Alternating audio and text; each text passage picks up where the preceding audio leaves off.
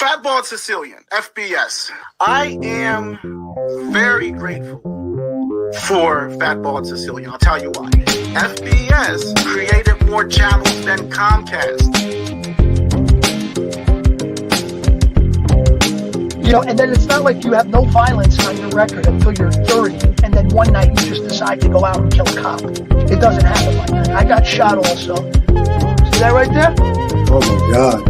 Yeah, see it, brother. I got shot 3 times. But what I'm trying to say is that I knew that my life could have ended any given day, any given night, but it didn't happen. Professor was always a tough kid. He was a tough kid. He had a nice punch. If he hit you, he would knock you the fuck out. Your show, people are interested in your show. They look at you regardless. Remember I always said who was going to make it? You and him. You prospered exactly what I knew you were going to do. Then I also think there was part of it where like that feeling that you had after watching that show, like the second it ended and it went to black, and that panic was like, that's what Tony had to deal with every single day. In the Soprano family, we welcomed everyone, no matter what you did, even if you had one line or one word. You know, and Lucky Luciano's buried like behind my house in the cemetery. Nah, bro, you already successful because you overcame a lot of obstacles in life, my brother. Because me and you, we could have easily been back into the streets. You know what I'm saying? When times got hard, fuck no. Because guess what? Upstate, they leave them lights on for you. You feel me? Streets, that's how I know him. The llamas or the llamas or the llamas green. I still ain't seen no green. The color of his color green. You know what I'm saying? This is my dude, FBS, all day. Don't get it fucked up twisted. Nothing fake about it. You're the king of Mark II, so let them keep on coming at you. The more they hate you, the more successful you're gonna be. You come at the king, you best not miss.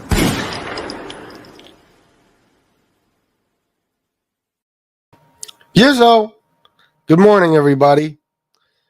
What do we got? 50 people to start. Not many, but that's how it's been lately. Let me do some shout-outs. Miss Can't Be Wrong, Sally, Sabrina Merrick, Dave, Ronan456, South Philly Tony, Jersey Girl, Malik Irvin. Let's see, Jersey Girl 732, member for 20 months. A lot of crazy stuff going back 20 months. I love to FBS and Queen and chat friends. Yes, lots of crazy stuff.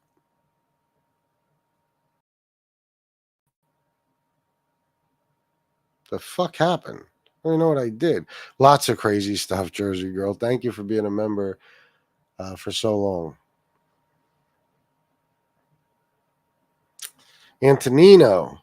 Oh, wait a minute. Antonino. There we go. Happy Sunday morning to you, you too. Yizzo. Michael Hensley. We love you too. Jesse Roth. Dave, member for 21 months. Let's not forget to tip the host. Yeah, sounds good to me. How about everybody get right on that?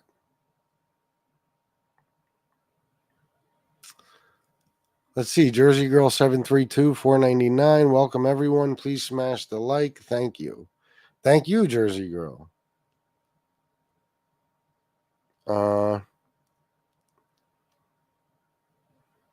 Who else we got? Frank Gerard Fratello Productions. FBS, you better have won your beautiful wife, Shanna. A huge teddy bear at that fair. Brother, LOL, love brother, and all in the chat. Great Sunday to all. She didn't want one. I offered many times. But she didn't want one. We got enough bullshit around here. But we had a lot of fun, man. We did. We had a very good time. Rode a lot of rides and shit. Played a lot of games. Saw some cool stuff, and it was a good day. Sean Landon Clark, good morning. Isaac FDZ, what it do, what it is. What it is. What's up, Isaac?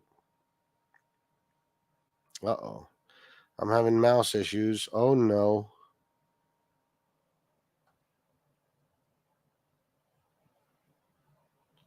Oh, no. You know what I think? What the fuck just... Oh, God, don't tell me this. Not now. Okay.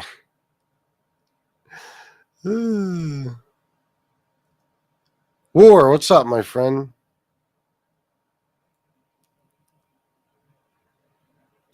Let me see what's being said in the chat. Hold on. Okay.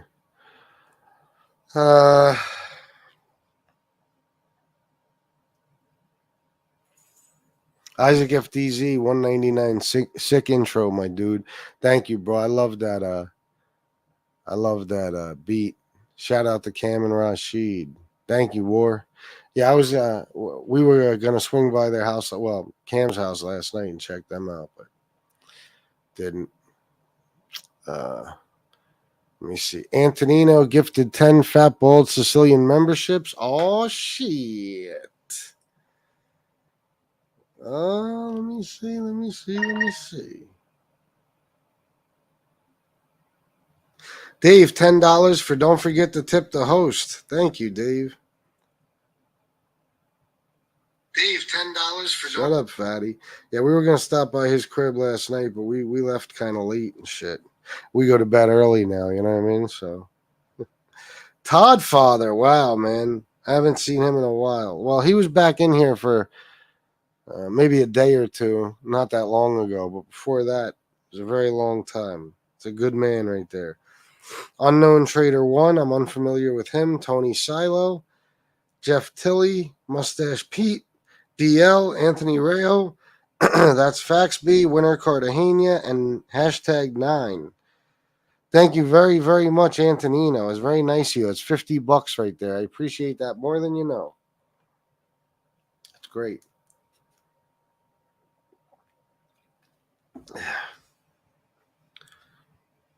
Let me just see something.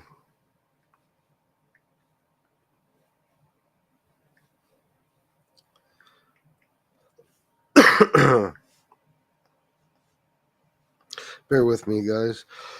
I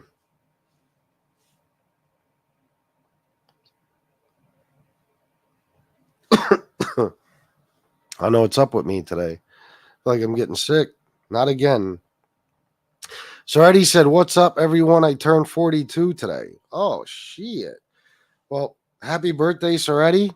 I hope you have a great day. I hope you had a great weekend. And I got a song for you.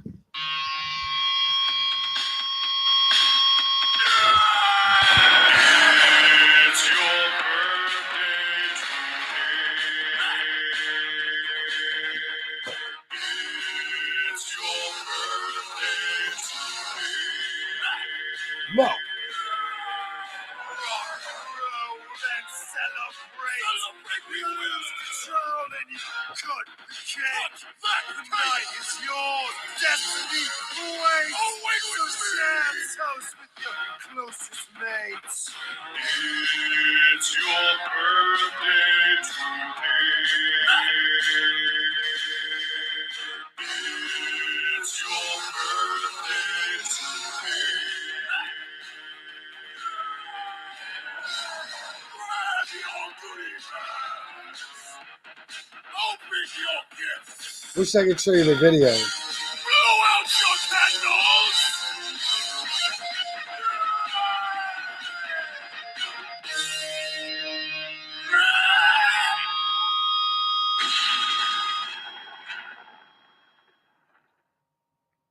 There you go. Happy birthday, my friends. Anybody has to know, if you come in here and it's your birthday, you're going to hear your song. South Philly Tony, member for 2 months. Hello. Thank you for being a member, my friend. Joe Bag of Donuts, member for 21 months. Thank you, Joe. A lot of people renewing today, I guess, huh? Everybody's saying happy birthday, Soretti. I turned 43 in March. Is that right? Yeah, I'll be 45 next month. 45 goddamn years old. So today, guys, what we're going to talk about is this Nick. We're going to talk about probably for the whole show. I ain't going to front and say it's just going to be for a minute, because you know me once I start going. But last night somebody sent me a clip and they said, "Oh, look at how he reacted to your show today," or something, and I wasn't going to watch it because I really don't care what Nick has to say. I just don't. Then this morning I thought, "Oh, fuck it. Let me take a look at it." Key and Gibney, what's up, bro? Fuck dirty, sleazy Nick, yes. So, I decided to watch it. I said, fuck it. And it's, I triggered the shit out of him yesterday, like majorly triggered the shit out of him. You should have fucking seen. I mean, I'm not going to play the video, but if you would have heard him in this, how fucking mad he was that I said, that basically he was a nobody and that, robbing associates or wise guys or whatever is kind of a common occurrence with kids, at least, or was back in the day. You know what I'm saying? Especially since Nick, admits himself that he didn't even know this person was in any way, shape, or form connected or anything. And that's why a lot of, people just get robbed. Staten Island, Brooklyn, Queens, the Bronx, wherever that, you know what I mean? Kids rob people, and every now and then they rob the wrong fucking person. And I made the statement that that's kind of a common thing. His exact situation, no, everybody's situation is different. But I compared him to Vincent Bickelman. And what I'm going to show you in a minute is him comparing himself to Vincent Bickelman. Even though last night he did this fucking ridiculous video where he says something about comparing him to Vincent Bickelman and how, this was not a common thing at all. And everybody on Staten Island knew about this, even though it appears that nobody on Staten Island knows about it now. Isn't that funny? I mean, how long ago, what, everybody dead now, Nick? How come nobody seems to know this story but you? So anyway, I found his weak spot. All you got to do is make fun of his story. You know what I mean? And he goes ape shit. That's what I was looking for. And just making fun of him in general. He's very, very thin-skinned, but the story, and all you got to do is say that he's impressed by mob guys, and he goes ballistic. Like I said yesterday, he's impressed by certain people that come into this chat. He wanted their attention so fucking bad. He treated them like they were royalty. He was basically giving them virtual blowjobs through the fucking screen. You know what I mean? And it was embarrassing to him. And he's the only one that doesn't realize it was fucking embarrassing. So I'm going to play a video. I'm going to play the first time Nick was on this show. Okay? And we're going to hear him tell his story, at least a little bit of it, before he was on this this rampage trying to prove himself. You know what I mean? And now that, we're all kind of doubting him, or at least, trashing him a little bit and making fun of him. Now he's really digging in, and now he is kind of inflating his position and trying to make himself sound much more important than he was. So we're going to have fun with that. It's the little fellas like Nick that get all spastic when they get butt hurt. It's always the little buddies. Yeah. And you're going to hear himself describe himself as a little guy, or you're going to hear him in this video describe himself as a little guy. You know what I mean? Like, I went over some of it this morning, and I think I got the right timestamp to start at. He talks about if he were ever to see any of these guys in person, he would run away. Those are his exact words. His exact words. And I want to reiterate again for you, stupid ass. You were 13, bro. 13? You're talking like as if you did this yesterday. You didn't even do it in your late teens, early 20s, 13 years old. Nothing was going to happen to you. They're not going to kill a 13-year-old kid. You know what I mean? But you talk like you're some big badass about a crime you committed your first teenage year. You know what I mean? And they dragged you out of the house with a gun in your mouth and all that. You know what? I'm going to tell you the truth. Like I said, I don't believe his whole story's phony necessarily. It's not impressive enough. But that I don't believe. They kidnapped you in the middle of the night and dragged you out of the house with a gun in your fucking mouth when you were 13. You're the size of a 13-year-old now. I can only imagine how small you were then. What are you talking about? They didn't know you were 13. How do they not know? How do they not know? And if everybody in your family was so fucking important, bro, why would they break into your house and drag you out of the house in the middle of the night? So which thing are you lying about? That they dragged you out of the house in the middle of the night, or that your family was important? Which one? Because it can't be both. It can't be. So I'm driving him fucking nuts right now. It's hilarious, and I'm gonna do more of it today. Now that I know what really gets under his skin.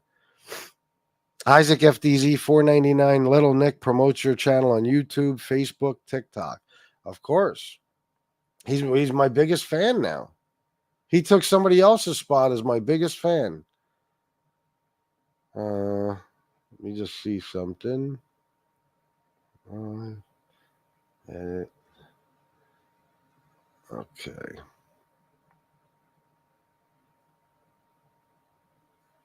Bear with me, guys.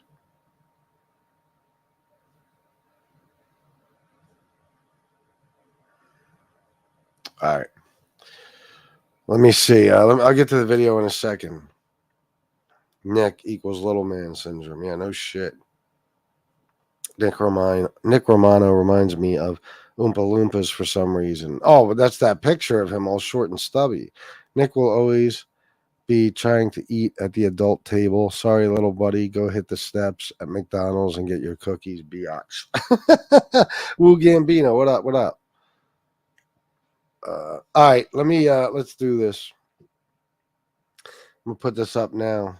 You guys, don't be afraid to donate today. Please don't be afraid to donate today.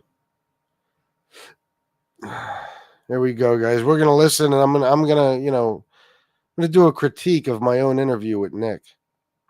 Woo Gambino, the dude is obsessed with you. Yeah, no question. Chris Capello, FBS. Good afternoon, my brother. Same to you, my man. All right. Well, that's why I asked you about the thing, because like when people hear that Jerry Lang sat down for you, people automatically get the impression that you're talking like you were some big mob figure who could have Jerry Lang sit down. But it was your family. It was your family connections that got. What? Listen, man, how did you? I wasn't hanging out with Jerry Lang, obviously. Yeah, of course. You know what I'm saying? I'm 45 years old. What was Jerry Lang taking me to play pinball? I wasn't. I'm just saying, if my family. If you notice, he's much more humble in this video now that everybody's going after him. All of a sudden, he's a big deal now, But if you listen to him in this, he was never a big deal. He was never anybody. And he compares himself to the type of people I was comparing him to yesterday. We didn't know who they were. They reached out, and this was a major favor to other people that were very close with him. And the way that those. Now, pay attention to what he just said. This was a major favor for people who were very close with him. Now listen to what's coming up in a minute. Those guys worked was, of course, they would do something for you, especially if they knew your family or they were very. Some of those guys would do that for maybe a kid that they just knew on the block that they were very close with and might have gotten in trouble. Some of those guys. First, it was a major favor. Now it's like those guys would do that for just any kid on the block. You know what I mean? Which is what I've been saying. A 13-year-old getting killed in that life? No, especially not for just stealing from somebody. Okay, so he's contradicting himself. Was it a major favor, or was it something that these guys would do for pretty much any kid on the block? Guys would have stepped in and did something for that, man. But my parents were very close with people, and my godparents knew a ton of people. And because my father operated on Staten Island, everybody knew each other back then, man. There were all these guys and gangsters. There were social clubs all over Staten Island. Tommy Bilatti's, Don Borghese, my father. Hold on, guys. Let me take my earbud out because this just keeps cutting out. I don't know why. I can't even fucking hear it right now. As you know, it's always something. It's always fucking something. I got to go with here. That's mic. Speakers. Okay, let's try this again. This other guy, Sam. All right. Yeah, I can't hear anything. Give me a second. People, there were social clubs all over the place, dude. Would do something for you, especially. Oh God, I need this like a fucking hole in the head right now.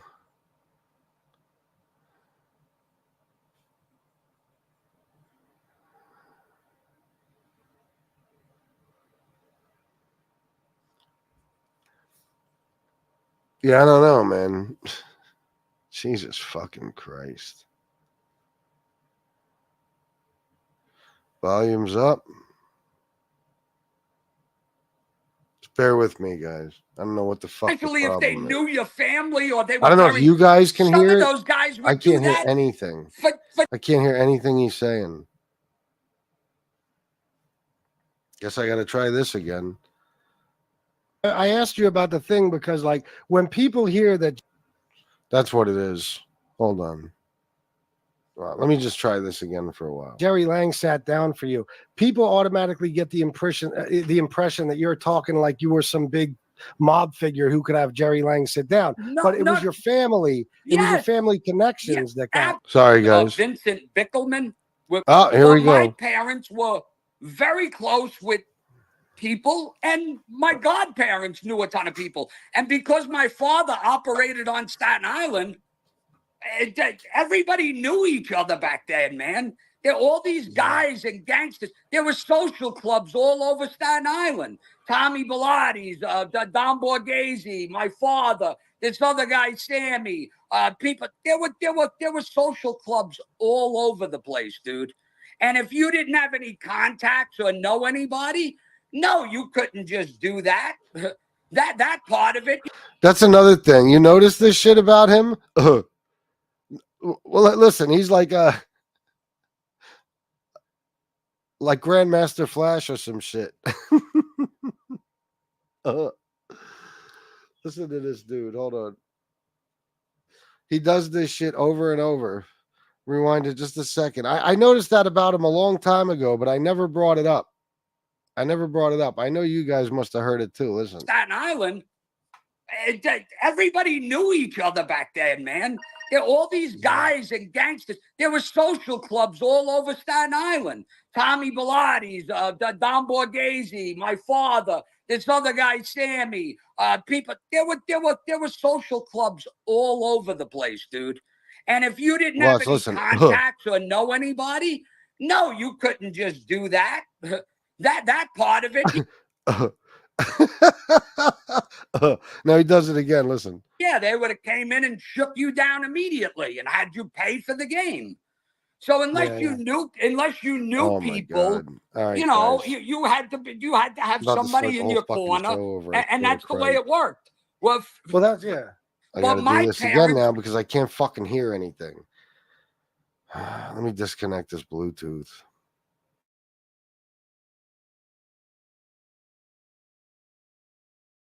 Were very close with people, and my godparents knew a ton of people. And because my father operated on Staten Island, I'm sorry, I got to keep going back. I fixed the situation now. I won't have to do that anymore. But my fucking earbud just, I don't know.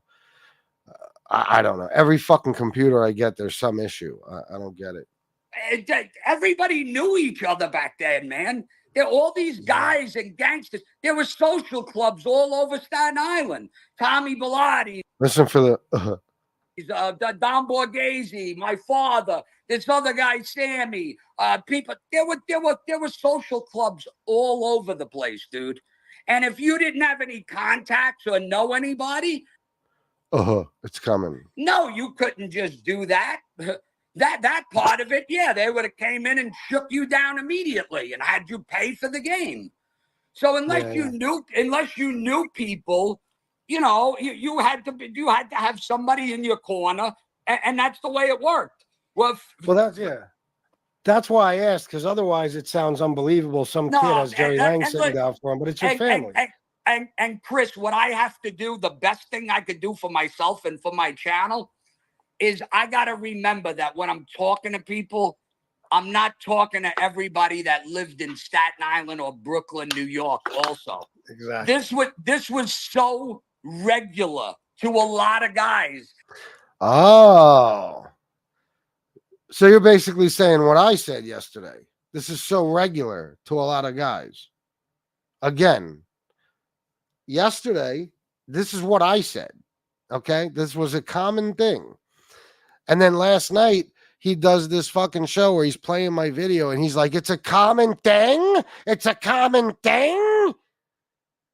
These were the two most powerful guys on Staten Island. Everybody on Staten Island knew about this. Like, throwing a fucking fit, going berserk. But if you go back to this video, he's saying the same thing I said yesterday. And I'm not saying, I just ran a story about, I think it was did I do a short? No, I did a video about the kid, Vincent Bickelman. Ding, ding, ding.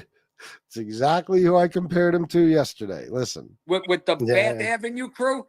Bro, that he robbed kid, Spiro's daughter's house. Yeah. Now, that was a prime example. I heard that kid only robbed like one piece of jewelry or something.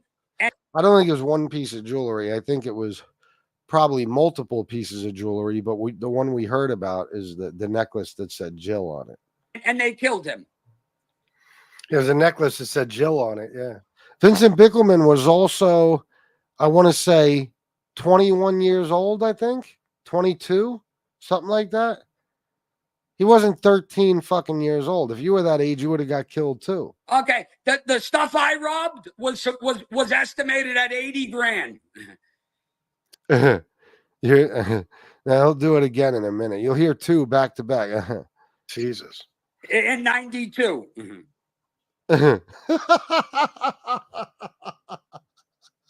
Listen, guys. Vincent Bickelman with the Bath Avenue crew. Bro, that he robbed kid, Spiro's daughter's house. Yeah. That was a prime example. I heard that kid only robbed like one piece of jewelry or something, and they killed him. There's a necklace that said Jill on it. Yeah. Okay, the stuff I robbed was estimated at 80 grand. Jesus. In 92. So again, is that a nervous tick? What is that shit? Oh, what does he have? Tourette's? I don't understand. The fuck is going on? Probably, if I was a little older, and they claimed some of the people that were involved. I'll be honest, this may sound crazy. I kind of deserved what I got. They were not people to mess with. I didn't know that at first. See, again, he didn't know that at first. He's acting like as if now the way he talks, he's acting like as if he knew who this guy was and robbed him any fucking way. He didn't know. He didn't know. And last night too, he's talking about these were the most powerful guys on Staten Island. Staten Island, bro. Key words. Most powerful guys on Staten Island. Not in New York. Okay, nothing like that. Just Staten Island. And this is what like fucking 1990 or some shit. So, it's not like I mean, a lot of people were already going to Staten Island at that point, leaving Brooklyn and shit, but he acts like as if the whole 5 fucking families lived in Staten Island. Every member of every family, every associate, everything. He's just, he does exaggerate. I'll get to this whole other part very later on. I did not know the person was an associate. And really nobody else in the neighborhood did. Maybe a couple older people and my immediate friends and the people that I were hanging around with and some of the people that know about the whole story and were involved, they didn't know who this guy was. We found that out later on. And then obviously too, which Not many people knew who he was. I know who the guy is, and that's even if you research, you won't find anything on him. Like I just know, from what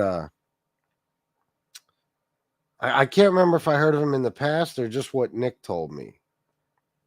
But he's not some major figure. He was just with a couple of really powerful guys, and that's it. Dave's Chris Capello, $10. Thank you, bro. Thank you very much. Some people will find next to impossible.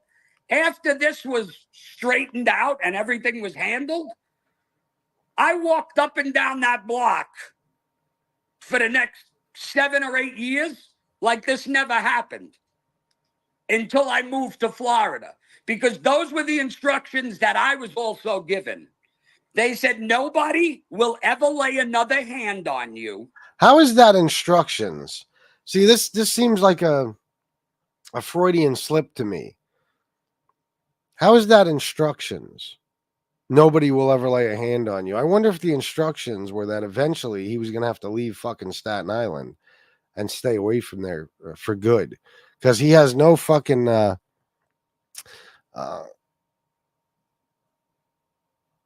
history that I know of since he was 22 years old of going back to Staten Island. I don't know if he's gone back to visit, but he hasn't stayed there for any substantial amount of time. It certainly seems like he was chased, doesn't it? I mean, the guy is fucking obsessed with Staten Island. He fucking thinks like it's like the most important place on earth to him. The fucking guy lived in Fort Lauderdale. He's still worried about Staten Island. You know what I mean? He lived in fucking paradise, and it's the Staten Island, stand up. That's because he wants to be a tough guy, and he thinks being from Staten Island makes him a tough guy. It does not. It does not. But it certainly seems to me like he got chased. Even if it wasn't for that particular thing, when he was 22 or around then, I think he was chased. Ever again. And this matter is completely squashed once he gets back the money. And my portion that I had to pay back, coming from my end and my family, had to come up with 27 G's cash. 27,000 had to leave the house for my part of that in a little briefcase. And my mother looked at me. She said, "There goes your brand new Cadillac when you get your license." See what I mean? What have I been telling you about this guy? Spoiled fucking brat. Spoiled fucking brat. A brand new Cadillac when he gets his license.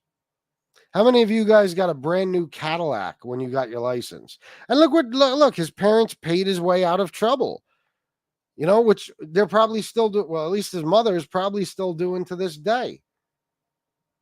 He's always had somebody who could get him out of trouble. You know what I mean? So he doesn't think about consequences. There's always somebody there to come rescue him. He's a spoiled fucking punk ass kid. Like I always said, even at 45 years old, he's still a kid mentally.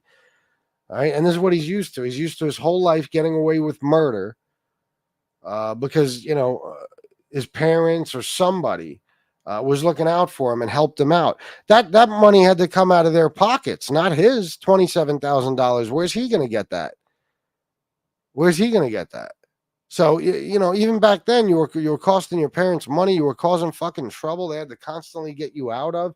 You were a thorn in everybody's side then, just like you are now. You're a despicable human being. You know what I mean? When do you grow up and start taking care of yourself, Nick? Because you still get taken care of. You still live rent-free in your family's apartment building. So this is who he is. Everything I told you about him turned out to be true. He's a spoiled fucking brat. Listen to him. There goes your brand new Cadillac. Brand new Cadillac? You were getting a brand new Cadillac when you got your license? Holy shit. I had to go to a fucking auction and buy a piece of shit for like $300, like a 1980 something Chevy Spectrum or some bullshit or whatever the fuck it was. I can't even imagine a brand new Cadillac when you got your license. What in the fuck?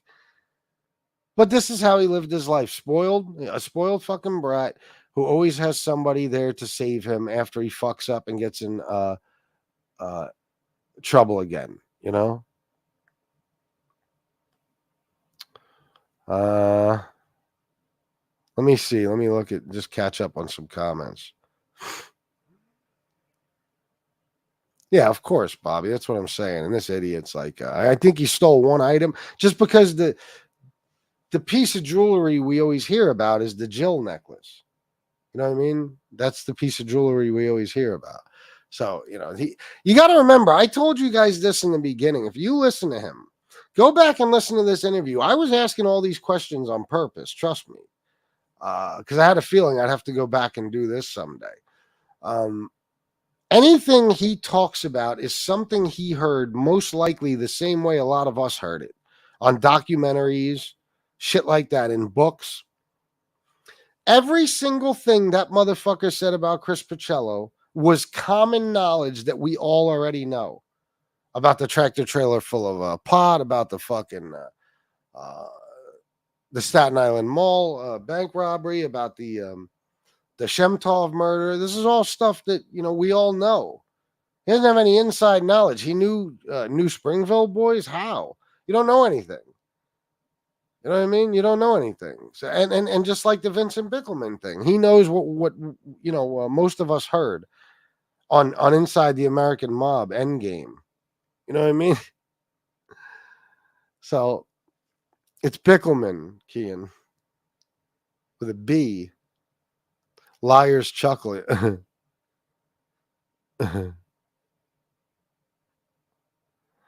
Let's be honest. Nick has never been honest, to be honest. Let's be honest. Nick has never been honest, to be honest. Yeah, you're probably right. This guy is a nutbag. He is. Timothy Sullivan. Hello, Chris and Michael Hensley. War. How's everyone? Love or hate Nick? He's a high revving Italian. High revving Italian? I hate that Italian shit. Bobby Berberian, what's up? Mr. Mob Guy. Yeah, Chicago. Yeah, big mob guy. Even he just said it wasn't about who he was. It was about who his family knew. So fucking what? I mean, a lot of us have had family that could help us out if we ever got in trouble, with connected guys or anything. A lot of us did. It doesn't make us anything. Like my grandfather, everybody knows who he was with. And that wasn't the only guy. There was 2 other people I'm not going to get into because, living relatives and stuff. But, he knew these guys. He was connected. He was with Fritzy and these other guys. And he was born and raised in Brooklyn. And, I'm sure he knew tons and tons of people. And he helped my family out in a lot of situations. But I didn't know him. I mean, I didn't know Fritzy. I didn't know Fritzy. You know what I mean? I didn't know the other guys he was with or any of the other people he knew. I didn't know them. I don't know them now. I never knew them. You know what I mean? So what does that make me? And nothing. As far as the mob, the first thing I ever said on my video, my first video ever, I said, I never met a mob guy in my life, to my knowledge. You know what I mean? I definitely saw them around, of course. I saw them around in Queens, but I never met any. So even though my grandfather was connected and my dad to some extent, what does that make me? It's the same thing with Nick here. He lived in a mobbed up neighborhood, fine, but it was his parents who had the connections. It wasn't him. So what the fuck are you bragging about? I don't get it. Sorry to say this, but his voice is so annoying. He tries to sound tough. He's a nobody wannabe tough guy. Yeah. Yep. Isaac FTZ 199. Little Nick is watching, super triggered. Yeah. Nick, what are you gonna do today after I do this video? You gonna make a video about me? What's the video going to be about? Is it going to be about what I said on my live stream today? I'm tired of doing that. It fucking hurts my throat. Trying to arrange a talk with pizza on Nick's show. I can't seem to come up with a standard issue. Wife beater. Yeah, well, listen. Go to any store that sells white trash clothing. No, I'm just kidding. That was not a gun they put in his mouth. Nick, is there something you're not telling us? Sounds like he was ran out of there, in my opinion. Yeah. I think they gave him the kick in the ass out of SI. That's what I think. I think they chased him out of Staten Island. And like I said, I mean, for what he did when he was 13, I probably fucking not. They're not going to make him leave when he's 20 fucking 2. But besides, by the time he was 22, things had changed. I think he did something. He either told on somebody, and there is that rumor out there that he ratted on some people in Staten Island. I don't repeat it like that because I don't know it to be true, so I can't say that. I'm just saying the rumors out there.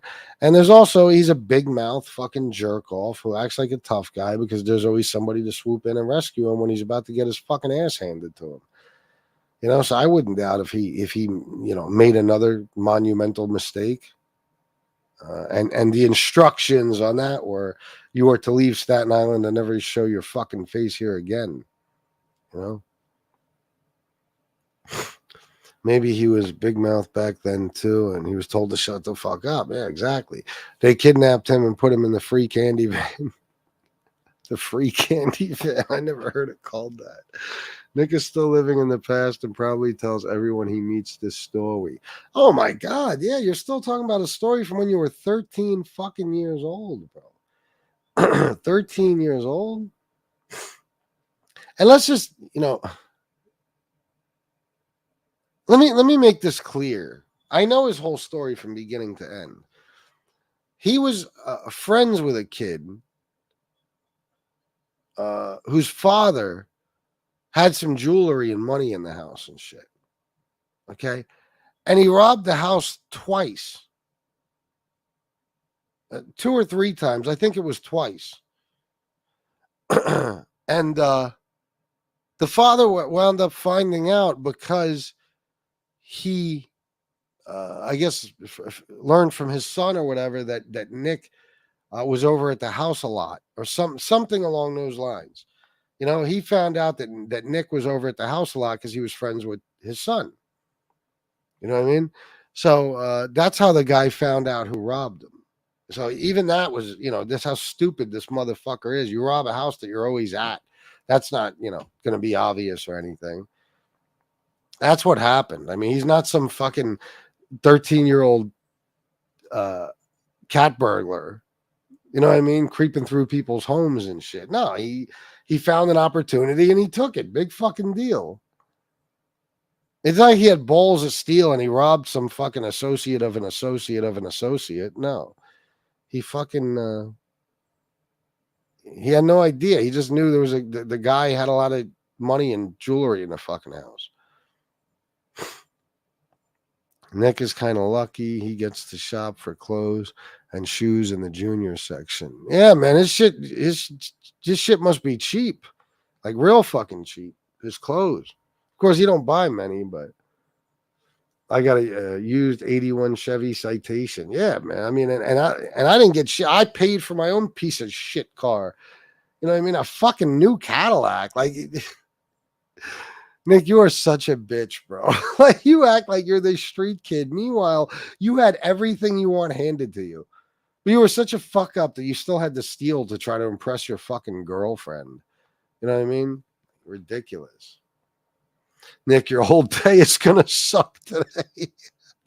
I like hearing that. Muscle the gap in his grill is the front sight of a 357 Legend. 357 Legend has it. Oh, you think so? Maybe. I have screen captures of you trying to show off your pee-pee, Nikki. What? Oh, my God.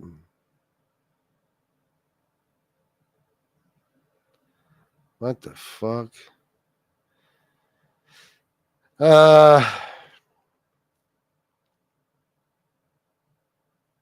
When I got my license, I was allowed to pay for my own car. Yeah. A brand new Cadillac. What the fuck, bro? Guys, don't be afraid to donate. Please do. I'd appreciate it very much. Let me see if I got... oh, you're right. Wait a minute. You're right, Soretti. Thank you for being a member for 14 months, by the way. Beavis and Butthead did that. However the fuck they did it. I never watched one episode of Beavis and Butthead, but I've heard them. Yes.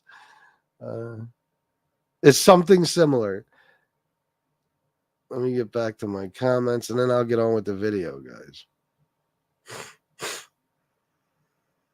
Oh, I gotta get down here.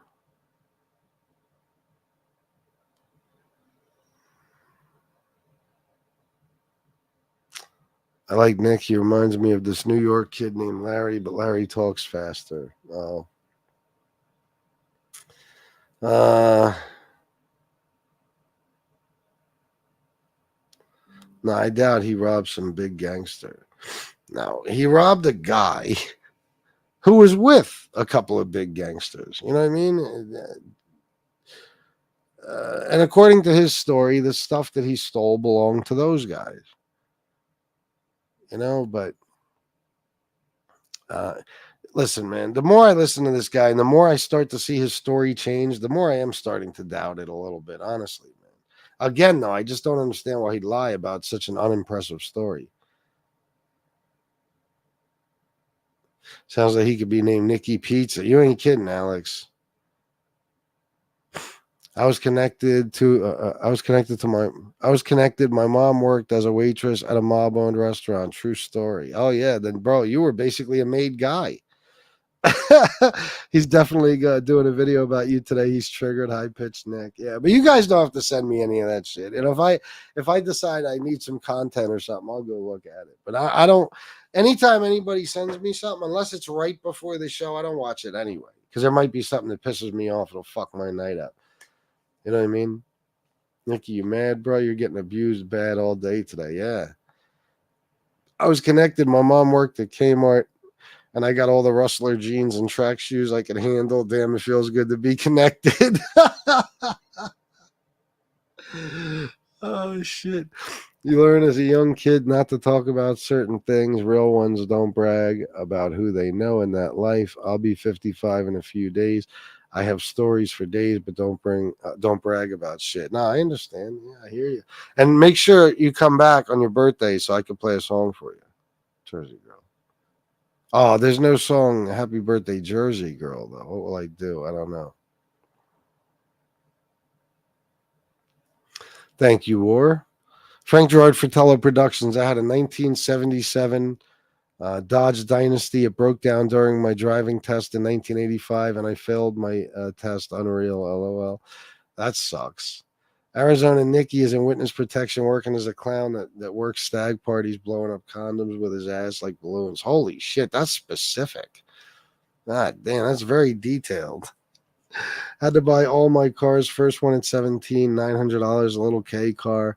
Had my first job at 15. My mother had to sign for working papers. Yeah, most of us did things for ourselves. You know what I mean? Nick was going to get a brand new Cadillac when he was 16. Now watch, his argument will be, so what are you're going to take it out on me that my parents had money? What are you, jealous? Your parents were broke and mine had money? Some shit like that.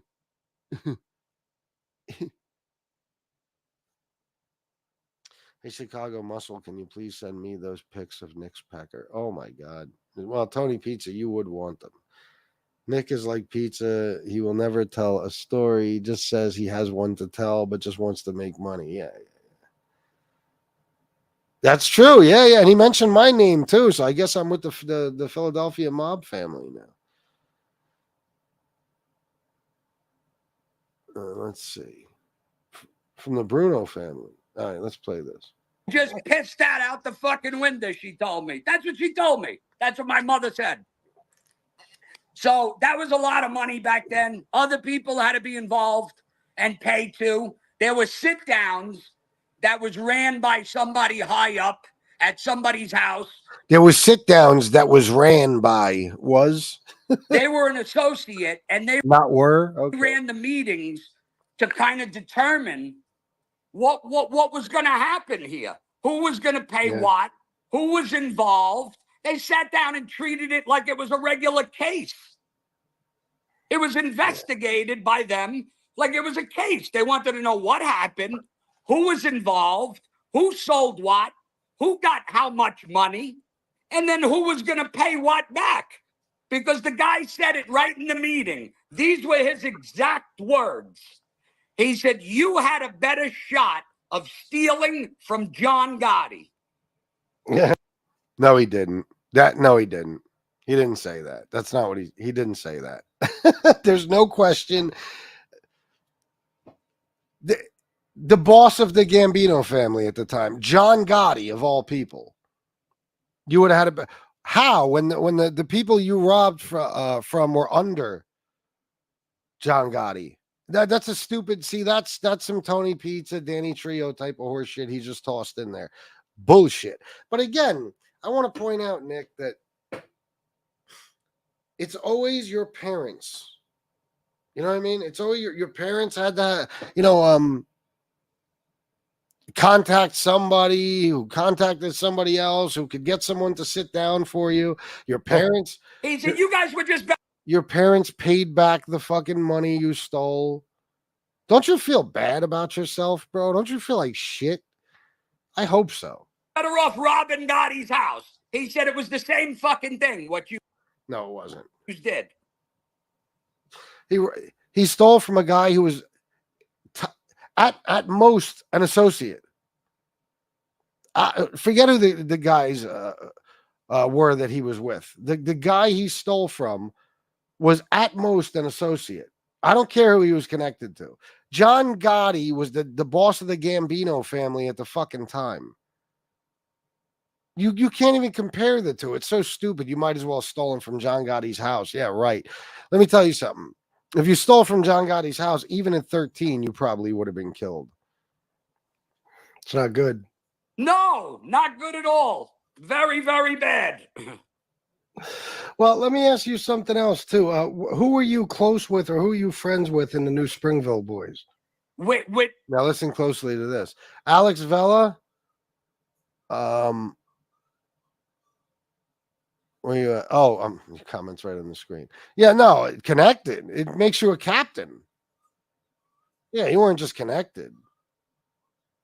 You were a high-ranking member. With them guys, I knew. I don't want to get into last names, but if you guys look in books, they're all in books. I was close with Big Billy in my neighborhood. James and Franny, I was close with. Both of them guys I worked for. All three of those guys I worked for the last year and a half that I was in Staten Island. I worked with them guys at the Village Cafe. They had a pizzeria. It's amazing. Why wouldn't a guy whose whole identity is Staten Island and who, credits himself basically as being a Staten Island legend, why wouldn't he live in Staten Island? I know the answer to that. And it's a very simple one. The people who take care of him aren't in Staten Island. They're in Arizona. As simple as that. Not just that, but I just have this feeling that he's not welcome back in Staten Island. I have this feeling. Especially since he's done the shit on here that he's done. That's what I think. So, and then I had other dealings with a couple of guys from the neighborhood. Like I said, everybody knew each other.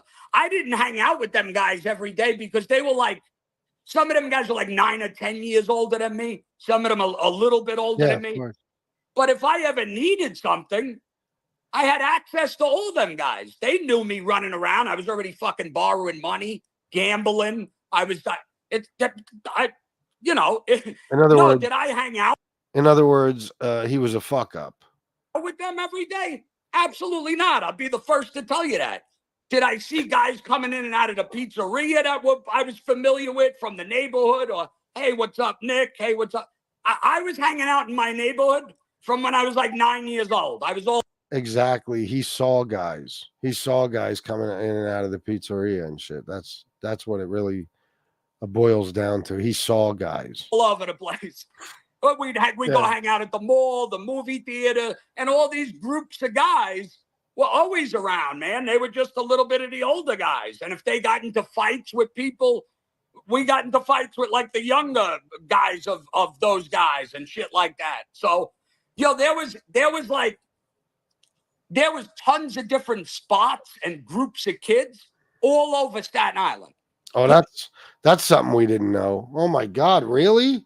There was all different spots and groups of kids all over Staten Island? That's unheard of. Port Richmond, my neighborhood in Westerly, over by Sammy the Bull's house, the mirrored building, past 60, down in Midland Beach. Everybody hung out in the parking lot. Tottenville had corners all over. 511 near Port Richmond. Bro, there were like 30, 40 kids, 20, 30 different kids in groups of sections all over Staten Island.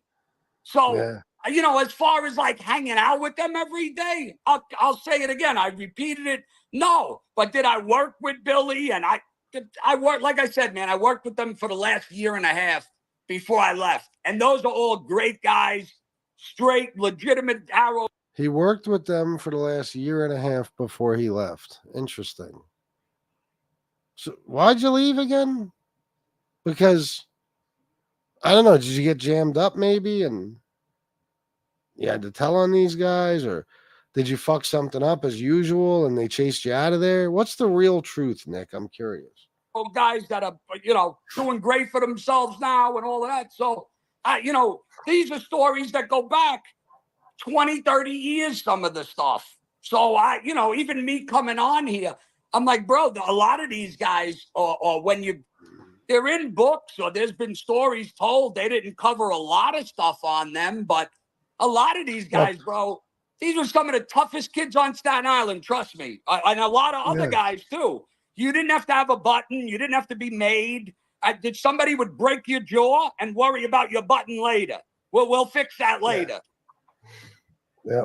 Well, outside of New York, a lot of it is known. What is known about the New Springville boys is basically because of Pacello. But you never had any contact with Pacello or TG or Lee or anybody? No. Well, Lee, I don't remember if Lee used to come in here and there in the calf, but Lee was Michael. very well known, very well respected. He had brothers. Everybody knew who Lee was. Was I hanging out with Lee, Lee himself? No. Did I meet Lee a couple times? Absolutely. 100%. Doubt it. Highly, highly doubt it. And as far as James got into some of that with his interview with Karen and Lee, and like I said, they were a little older than me. I'm 45, so they were a little bit ahead of me. But everybody knew who they were. Like I literally lived like, I don't know, 7-8 blocks around the block or whatever from Sammy the Bull. So I'm very close to that neighborhood, and everybody hung out in Pier 60 in the schoolyard with I know this is all boring. The only reason I'm continuing with it and playing it is because there's some other stuff I want you guys to hear. I don't know where exactly it is, but hopefully it's soon because I'm fucking falling asleep here. Basketball and handball and sports, and I reached out to somebody a long time ago. They even forgot. Like they were like trying to picture who I was, and then we spoke. They got either knocked out by a cock, Malik Irvin, or that gun they stuck in his mouth when he was 13. That would be my guess. Spoke a little bit. They were like, holy shit, of course I remember you. And I have, tons of people that now I'm trying to get some people maybe here and there to jump on my show a little bit from my neighborhood. But people are very hesitant too, man. They don't, not everybody is willing to do this and come on here and talk. And maybe, a lot of people feel like I shouldn't be doing this myself. And I'm like, wait a minute. I never signed up. I never got a button. I can't talk about some stuff. I never got a button. He acts like he was on the verge of getting a button. You know what I mean? I was close. I was close to getting my button, but then they decided I don't deserve a button. I got in too much trouble with the guys in Staten Island. No button for me. Stuff or past. It's your story. These were just stories, and most of them was from when I was a kid. Yeah, the other shit, the other stuff used to, when I started to get in a little bit more trouble later on, but that's because I was already wrapped up in the system. You get caught up in a little bit of probation and all of that. I did like 10 years on probation. I'm not saying like these guys going to prison and all of that. Oh my God, 10 years on probation. You are a hardened criminal. Oh my God. What a fucking major ex-con you are. 10 years on probation. You are a fucking badass. Thank God I didn't have to. I'm glad. I don't want to be in prison for 5 years or 1 year. But I'm like, a lot of this shit, when I got caught up in probation and the stories, and then I ran to Florida, I had the warrant out for my arrest. When I got down to Florida, the biggest story down there was Chris Paciello with Club Liquid. Bro, everybody was talking about him. I lived in South Beach. I lived in Miami the first like 7-8 months, almost a year. I was in Florida. I was in South Beach. Wait a minute.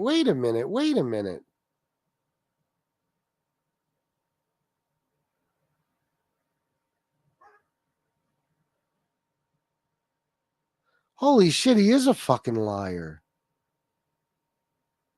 Oh my God, I just caught that. Wait a minute. He went to Florida when he was 22 years old, right? Isn't that what he said? Chris Pacello, there was already, that case was already happening with the Shemtov murder and everything else. Pacello opened those clubs like Liquid and shit in the early, and mid 90s. He was already caught by the time Nick got there. So there's no way they were still talking about Club fucking Liquid. There's no way. Oh my God. He is fucking lying. Holy shit. Nick, this is why you got to practice your stories. You got to be like Tony Pizza. You know what I mean? He rehearses his stories before he tells them, and he still gets caught because he sucks at lying. But you got down to Florida, and let's listen to that again.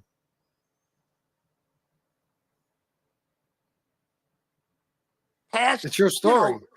These were just stories, and most of them was from when I was a kid. Yeah, the other shit, the other stuff used to, when I started to get in a little bit more trouble later on, but that's because I was already wrapped up in the system. You get caught up in a little bit of probation and all of that. I did like 10 years on probation. I'm not saying like these guys going to prison and all of that. I thank God I didn't have to. I'm glad. I don't want to be in prison for 5 years or 1 year. But I'm like, a lot of this shit, when I got caught up in probation and the stories, and then I ran to Florida, I had the warrant out for my arrest. When I got down to Florida, the biggest story down there was Chris Paciello with Club Liquid. Bro, everybody was talking about him. I lived in South Beach. I lived in Miami the first like 7-8 months, almost a year. I was in Florida. I was in South Beach. That kid was the talk of the town, and him getting arrested and brought back up to New York and all the shit, that was fresh. It was brand new. Well, let me ask. Okay. So, all right. But still, so he said him getting arrested and being brought back to New York. But it still doesn't make sense. Club Liquid, they wouldn't be talking about Club fucking Liquid in the year 2000. That would not have happened. I'm telling you, he's fucking his story all up. That Club Liquid wouldn't have been the talk of the town in 2000. It's not possible. Okay. You might have heard about Chris getting busted and being sent back to New York, but Club Liquid and all that would have been long before that. Pacello went to New York in 92, or I mean to Florida in 92. So he's fucking up his story here. I'm telling you, that doesn't make sense. He was the talk of the town. No, he wouldn't have been the talk of the town in 2000. As a matter of fact, when he got busted and all this stuff about murdering an innocent woman and shit came out, most of those celebrities and high profile people, they distanced themselves from him in a major way for a very good reason. Sofia Vergara and shit, of course, put her house up and everything else to get him out. But all those people who loved and adored him didn't love and adore him so much anymore once they found out about his past. The only talk of the town Chris Pacello would have been is in regards to his story of, once being a major club owner and now being, on trial for his life because he was involved in so many bank robberies and a murder of an innocent woman and everything else. Yeah, he's full of shit. He really is. What the fuck? What's Southback? What do you mean? Did I say that? South Beach. Did I say that or he say that? Wow, I'm the least street guy on here, and even I did probation. There you go, bro. Butterfly Kisses, what's up?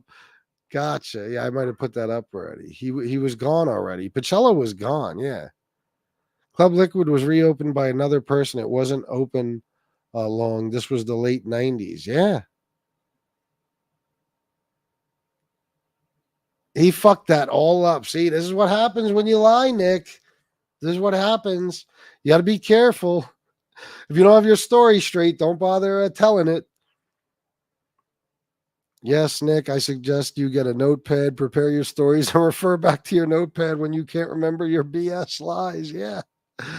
Malik Irvin, his entire story and opening, he likes to play 1,000 times in his cheap movie intro. Is one time when he was 13 years old. He's basing his entire life on a single thing. Yeah, from when he was 13.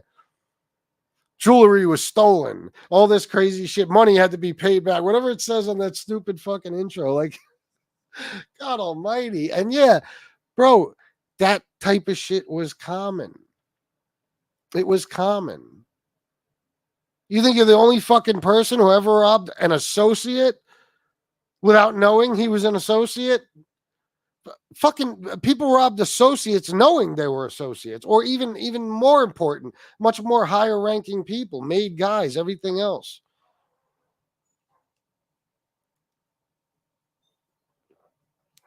Let me see something. I wish Jimmy was in here right now.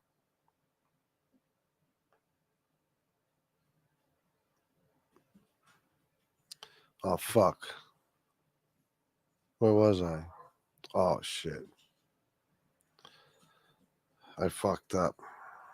He got a button that said, I love Chuck E. Cheese. Where was I at?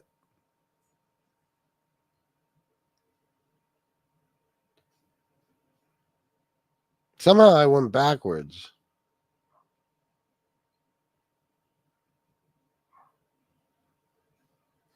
Okay, yeah. Oh, here we are. Okay.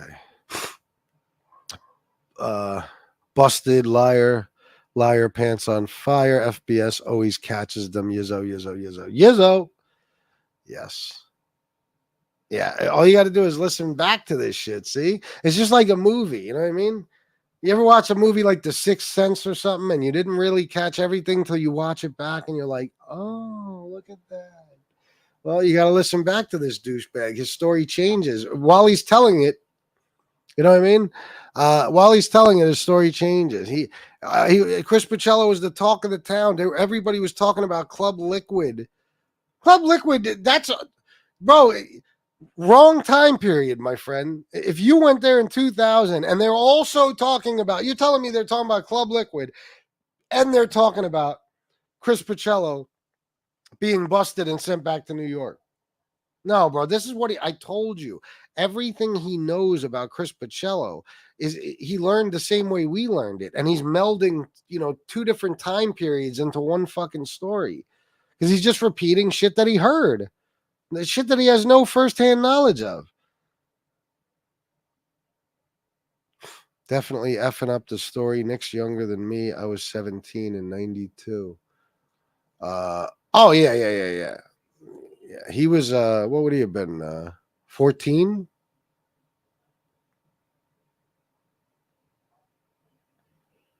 There you go, 95 to 97. Yeah. So, I mean, come on, man. Big mistake. I don't remember the exact years of Liquid, but yeah, it was much more earlier on than, when he got busted and all that shit. What was it? His first clubs, I think, were Risk and Liquid. He was doing all types of other shit. By 2000, he was already indicted and sent back to New York. So he fucking. I'm not sure he would have been the talk of the town in 2000 at all. But if he was, again, it would have just been because at one time he was this big, club, guru guy who fucking, brought the New York club scene to South Beach and made a fucking fortune, only for everybody to find out that he was actually, involved in a horrible murder where an innocent woman was killed. He was a bank robber. He was a fucking arch criminal. He was connected to damn near every fucking family. You know what I mean? People were shocked. I'm sure it was the talk of the town in South Beach for a little while. But again, if it was the talk of the town when you were there, that's what it was. It was the bust. It wasn't. They weren't talking about Club fucking Liquid no more. Hashtag just make shit up. Yep. Yeah, I don't remember. I used to know every single thing there was to know about Chris Pacello and the Bath Avenue crew. The Bath Avenue crew, I pretty much have everything memorized. I don't think there's a question I can't answer. Chris Pacello, some of the details I forget, but yeah, Liquid was much earlier on. You know what I mean? I'm pretty sure Liquid was at least, at the very least, not it wasn't owned by him anymore, even in the late 90s. So in 2000, and that's if it was there at all. I gotta brush up on this shit, but I know goddamn well it wasn't his in 2000 or anywhere near 2000. Ray Mundy was more convincing. Yeah, he fucked up there. You fucked up, Nick. I just looked it up, and it was a good source. Club Liquid was opened in 97. Club Liquid went under. So when did it close? Now let's get back to this, and then I'll check her answer. Ask you something about that. What was the word around Staten Island when Judy Shemtov got killed? Was anybody aware that he had anything to do with it, or was it just a mystery? Chris, you know what the problem was? And this I'll touch on more of my story later on, but a lot of people would talk about scores and stuff. Like, that's how they definitely got this information. Somebody, was talking and went back to him and said, this guy's got all this cash or whatever in the house. And, the stories like that went around and stuff on the island. So as far as, people talking, I hate to say this, and it's a little bit disgusting, but there could have been a lot of people that were capable of doing that. It wasn't like I know for me and my friends or other people, nobody suspected, of some of them guys being involved in this, with Chris. And from what I understood, Chris was just a getaway driver. He stayed in the car the whole time. Again, another fact we all know. Yeah, no shit. Chris is the one that tipped the Bath Avenue crew off about this score. And he was just the driver. Chris was smart. There was a lot of times Chris was just the driver. I believe, wasn't it even the Staten Island Bank Mall or a Staten Island Mall Bank robbery? Wasn't he the driver then too? He was smart. You know what I mean? He would tell those guys, Tommy Reynolds and Jimmy and those guys, Mikey Amin and shit, about these robberies, and he would let them do it while he stayed behind the wheel. That's what made Chris Pacello who he was. He's very, very, very, very smart. And I think, his future after, his criminal life, pretty much confirms that. You know what I mean? How smart he was. Look at him. He's a fucking multi-millionaire now, and he's retired from the club scene. All he does now is goes and fucking meditates at these retreats for 10 hours a fucking day. So he's a smart guy. There's an article. Oh, yeah. Of course. Yeah. That's who he was involved with. He was actually, boning Madonna. And Ingrid is the one. Ingrid Casares is the one that really put everything together for him. He knew the music. He had the DJ. He knew the club scene.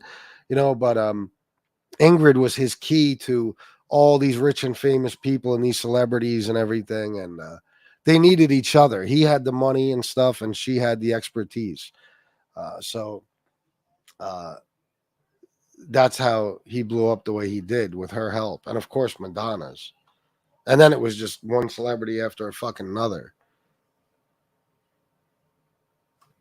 Let me see. I think it was actually, I think it was 93. The Shemtov murder was in, I think, January of 92. And then it might have been 93 that he went to South Beach. I don't remember exactly. But I know part of the reason he went to South Beach was because of the heat from that murder. And he even said to those guys in the car, everybody on Staten Island knows me. They're going to think I did this. You know what I mean? And that's when Tommy, he was saying all this shit. Chris Pacello was mad paranoid. And he was basically telling the guys they're going to know he did this. And, he's telling the guys that, I'm sorry, he was telling all the guys that the people in Staten Island are going to know he was responsible for this. Tommy Reynolds put a gun to his head and said, "What are you telling me, Chris?" And he thought Chris was already getting ready to tell on those guys. You know what I mean? He already saw his future. Like, he's going to get caught, and now he's going to be a liability to them. And then Chris snapped and said, I ain't no fucking rat, blah, blah, blah. The whole conversation that went on in the car. So, let's see. Oh, Club, that makes more sense. There you go. You said 97 originally. It was open Thanksgiving of 1995. That makes much more sense. I was going to say Butterfly. I figured, I don't know. That makes much more sense. Yeah. All right. Yeah, he did. Yeah. So, it again, this was just like a score set up, like the couple other stuff they did. There was rumors about him when they did the bank. They did a bank job in the Staten Island Mall, and they threw like a thing through the window, and they just jumped in. It was perfect because the Staten Island Mall, it was just perfect. It was so easy for them to do. And yeah, if I remember correctly, and this is just another thing we all know. If I remember correctly, I think it was Jimmy and Tommy that went in. Like I said, I don't remember exactly, that went in to the mall. The woman was in the bank. She had a cart with all the bags of money on it. And I think it was Tommy Reynolds that hit the fucking the glass, it was all glass, and he smashed the glass with a fucking sledgehammer. I think. And they ran in and took the money off the cart and all that shit, or wheeled the whole cart out to the van. I forget exactly which one, and they got away with the money. But Chris was the driver on that too. You know what I mean? So this is just another story that we all fucking know, bro. It's just another story we all know. It's you didn't need inside knowledge to fucking know this, bro. You didn't. I know. I've never met a New Springville boy in my life, and I know more about the story of Chris Pacello and the Bath Avenue crew, and even the New Springville boys, more than you fucking do. I know more of it than you do.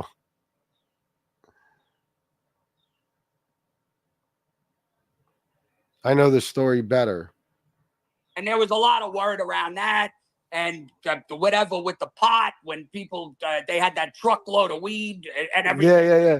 He put a low jack on it, found the fucking truck after he sold it, and sold it again. Yeah. He was that was definitely him, 100%. We heard stories about that all the time with him, with doing shit like that. So, some of the stories, and do I know the guy directly and all of that?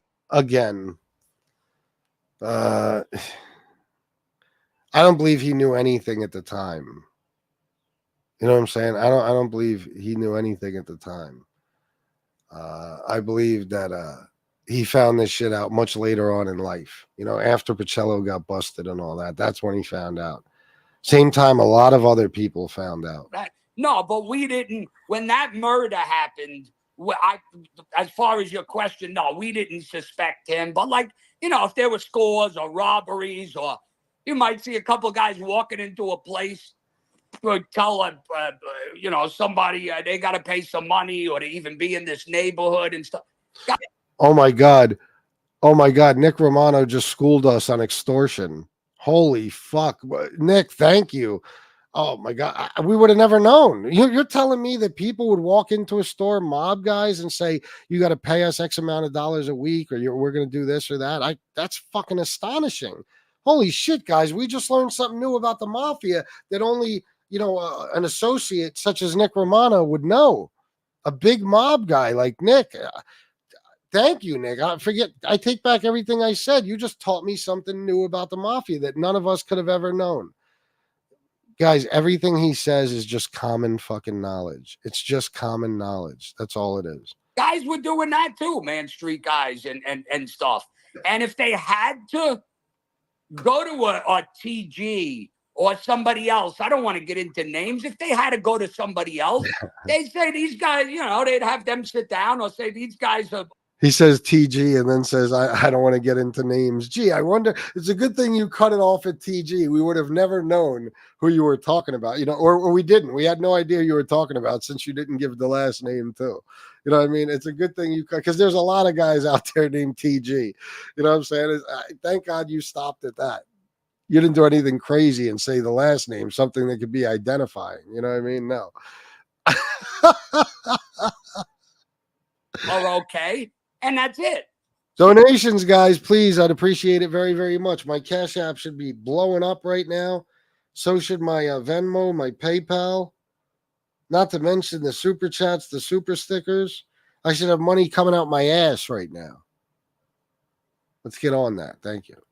So as long as they knew them or were close to them or they were able to reach out to somebody like that, what do you need to go the other route for? To sign up or to get the butt, to get to be made and then end up getting grouped in and do 100 years? So a lot of these guys, man, I'll be honest, that they did their own thing. They did whatever. And that was it. Those guys almost had their own little family going on, bro. When you got 30 or 40 guys, when you got 20, 30 of guys like that behind you like that, and they didn't give a fuck, that you got to start worrying about them too, whether they were made or not. We already know this about farm teams and shit. Crews like the New Springville boys and the Bath Avenue crew. We know this shit. You know what I mean? Again, this is just him going off. This is how liars can trick people. You know, because you're talking all this stuff about the mafia, but nobody's really, really listening to what you're saying. They just know that you're talking about a lot about the mafia, so they're saying to themselves, "Well, he must have known people because look at everything he knows." If you sit down and think about everything he's saying, no matter who you are in MobTube, it knows the slightest thing about the mafia, you would realize that, oh my God, everything he's saying I already knew. There's no new information here whatsoever. Did he just tell us that these farm teams could be so fucking powerful, or these crews of guys could be so powerful they basically had their own family? I can't believe it. I had no idea. I didn't know. The fuck? Those kids were no joke. No, bro. No way. And I'll be the first to tell you. If I had 3 or 4 of them roll up on me, a couple where I did 1 or 2 times where I owed some money, I would have ran for the fucking hills. I'm not lying. Smart of you to do so, yeah. I'll fight a guy like me. I'm a smaller guy, bro. These guys. I'm a smaller guy, bro. So there you go. You know what I mean? He acts like he's fucking the Hulk. He's a small guy. These were monsters. And half of them, they didn't even know how old I was. Half of them probably wouldn't deal with me anyway if they knew how old I was. Some of the guys I was dealing with, I started dealing with guys when I was 13 years old. He was all connected and shit. Now, listen. You see, you notice everything is when he was 13 years old. He just said it again, 13 years old. What was I going to say? Oh, shit. Let me go back a second. Hold on. I had a point to make. When you got 30 or 40 guys, when you got 20, 30 of guys like that behind you like that, and they didn't give a fuck, you got to start worrying about them too, whether they were made or not. Yeah, he's just telling other people's stories. That's all he's doing. He's not involved in any of these stories. Oh, that's what I was going to say. Since you were so connected and you knew so many people and your family was so important, why was nothing done to the people that woke you up, according to your story, and dragged you out of your house with a gun in your mouth? They just got away with that just because you robbed somebody? That's a big no-no. You in the mob, you're gonna fucking drag a 13-year-old out of the fucking house, a child with a gun in his fucking mouth, and you and all your friends that you knew and the New Springville boys and your family and blah blah blah blah blah. Your crew, you had all these tough guys with you when you were 13. How come nothing happened to these guys? Nobody did a fucking thing to them. I wonder. Because if you were anybody important or you were related to anybody important, that nobody would have let that just slide. Okay, no fucking way. Even if you were in the wrong for robbing these guys, no fucking way. Those kids were no joke. No, bro, no way. And I'll be the first to tell you, if I had 3 or 4 of them roll up on me, a couple where I did 1 or 2 times where I owed some money, I would have ran for the fucking hills. I'm not lying. Smart of you to do so. Yeah. I'll fight a guy like me. I'm a smaller guy, bro. These guys were monsters. And half of them, they didn't even know how old I was. Half of them probably wouldn't deal with me anyway if they knew how old I was. Some of the guys I was dealing with, I started dealing with guys when I was 13 years old. I needed to borrow some money. I was gambling. I had bookmakers already. My father ran that business. It started as a little kid. I would play the scratch-off tickets and start with... Oh my God. He played scratch-off tickets when he was 13. Holy shit. He was really in deep with the gambling. You know what I mean? He needed to see, he needed to place. What did you do? You had the bookmakers buy you the scratch-off tickets? What the fuck the bookmakers have to do with scratch-off tickets? He blows everything out of proportion. You had to borrow money because you had a scratch-off addiction? Okay. That bullshit. And then I'd try to figure out why my father just smoked 500 cigarettes and he wants to kill me because I'm rooting for the wrong fucking team. So I started to figure out little by little as I got older and hanging out in the neighborhood. Like I said, man, I started hanging out when I was like 9, 10 years old. I had dirt bikes. When I was real young.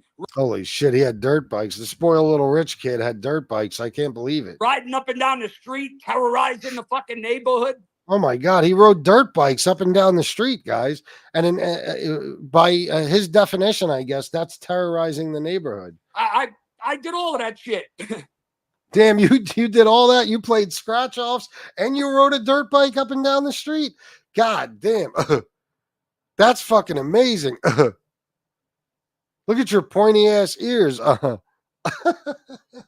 Yeah, well, the reason I asked you too, sorry, I put that up by accident. The reason I asked you about the New Springville boys too is because the way it started to sound with at least people that didn't listen to the interview with Proctor and stuff is like you were acting as if you were some big shot and you were tight with all the New Springville boys, but all you're saying is you were around them.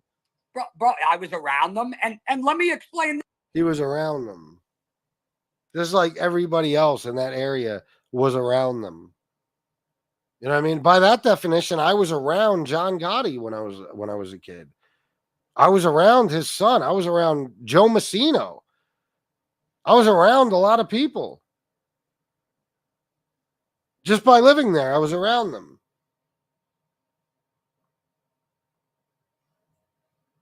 This real simple. Let's just say I had a problem with somebody, maybe in the neighborhood or something like that.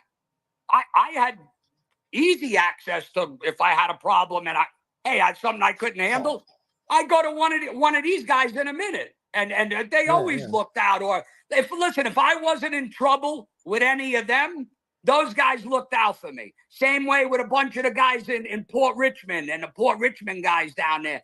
Those guys all looked after me, bro. I I was never a bad or a looked at kid like this kid's a jerk off unless I was in trouble. If I was in trouble with some gambling or I borrowed some cash and I couldn't pay it back, and I started to do that shit when my father died.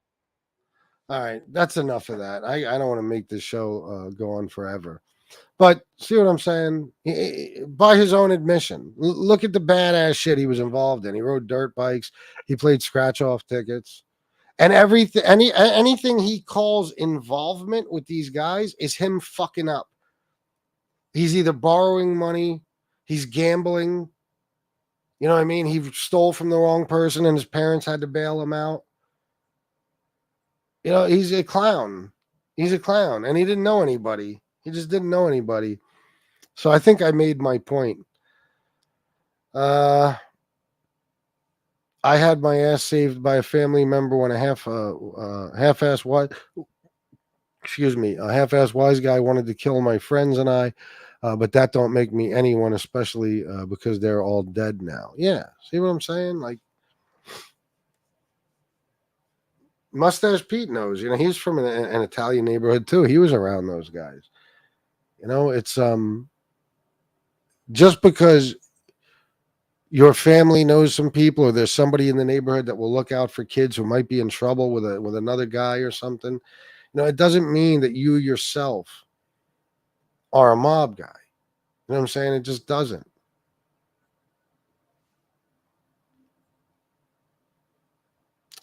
I bet he smoked and cussed. I bet he smoked and cussed too. Fucking gangster as fuck. Oh, badass, bro. Wonder if he lost his chicklet from the dirt bike. He's a very dangerous guy. Yeah, he is, man. Right. He's nobody to fuck around with. You don't want to play games with Nick Romano. He will fucking do nothing to you. All right, guys, I got to go. Thank you for everything. I'm assuming I'll be back on today because I got to make money. But thank you, Sabrina, everybody for being a member for so long. Jersey Girl, Isaac, Antonino, thank you for that, my friend. The 10 Fat Bald-Sicilian membership, South Philly Tony, Joe Bagadonas, Isaac FDZ, Soretti, Isaac FDZ again, and Dave and Chris Capello. Thank you very, very much, guys. I appreciate all of your love and support. I love you. And until next time, salute.